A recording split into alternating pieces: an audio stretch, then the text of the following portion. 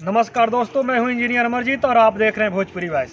आज हमारे बीच में भोजपुरी के एक ऐसे कवि हैं जिन्होंने भोजपुरी को काफ़ी आयाम तक बढ़ाने का काम किया है और स्वच्छता के साथ समाज में परोसने का काम किया है। आज हमारे साथ उपस्थित है भोजपुरी के कवि बादशाह प्रेमी जी। बहुत बहुत स्वागत है आपका हमारे चैनल पे सर। बहुत धन्यवाद। जैसा कि आप देख रहे हैं कि भोजपुरी को तमाम लोगों ने भोजपुरी से अपना 8वीं अनुसूची में शामिल करने के लिए लोगों ने किया, जैसे कि दिनेश लाल भी उसके नाम पर हीरो से जो है कि सांसद बन गए, और गोरखपुर की सरजमी पर जहाँ पर हैं आप वहाँ पर रवि किशन शुक्ला जी बन गए। लेकिन किसी ने अभी भोजपुरी को 8वीं अनुसूची में शामिल कराने का काम नहीं किया। जब मैं आपका कविता देखता हूँ खास करके, तो हमें ये लगता है कि भोजपुरी एक ऐसी विधा है और इसे मानने वाले भी भारत ही नहीं बल्कि दुनिया के तमाम देश, इंडोनेशिया, मलेशिया और 125 देशों में भोजपुरी बोली जाती है और समझी जाती है, और भोजपुरी को जानने और मानने वाले लोग हैं। और चूँकि हमारा चैनल भी भोजपुरी वॉइस के नाम से है, और मैं चाहता हूं कि भोजपुरी भाषा को बढ़ाई जाए। जैसे कि भोजपुरी में आप देखे होंगे कि 8वीं अनुसूची में जो शामिल की गई तमाम भाषाएँ जो है कि जैसे ली गई, चाइनीज़ को भी लाया गया है, कन्नड़ को भी लाया गया है और तमाम भाषाओं को, लेकिन आज तक इस पर केवल और केवल भोजपुरी भाषा पे राजनीति होती रही और भोजपुरी भाषा के नाम पर काफ़ी राजनीति हुई, और लोग किसी ने भी इसको 8वीं अनुसूची में शामिल कराने का, आज तक मैं देखता हूं कि लोकसभा में जब भी लोकसभा की बैठक होती है तो मैं यही देखना चाहता हूं कि कौन सा ऐसा इस भोजपुरी पृष्ठभूमि से निकला हुआ नेता है जो भोजपुरी के नाम पर जीता और खाता है, और जा कर के कम से कम इस भोजपुरी की आवाज़ को उठाए कि इसको 8वीं अनुसूची में शामिल कर दिया जाए।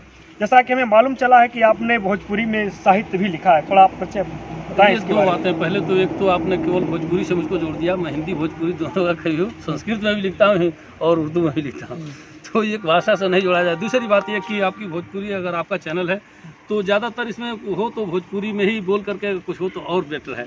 तीसरी बात यह कि भोजपुरी के उत्थान की बात आपने की है, तो कुछ तथाकथित कवि, कुछ तथाकथित गायक, जिन लोगों को भोजपुरी शुद्ध बोलना नहीं आता है, वो ही कवि बने बैठे हैं। जिनको स्वर की आरोह अवरोह की जानकारी नहीं, वो भी गायक बनकर बैठे हैं।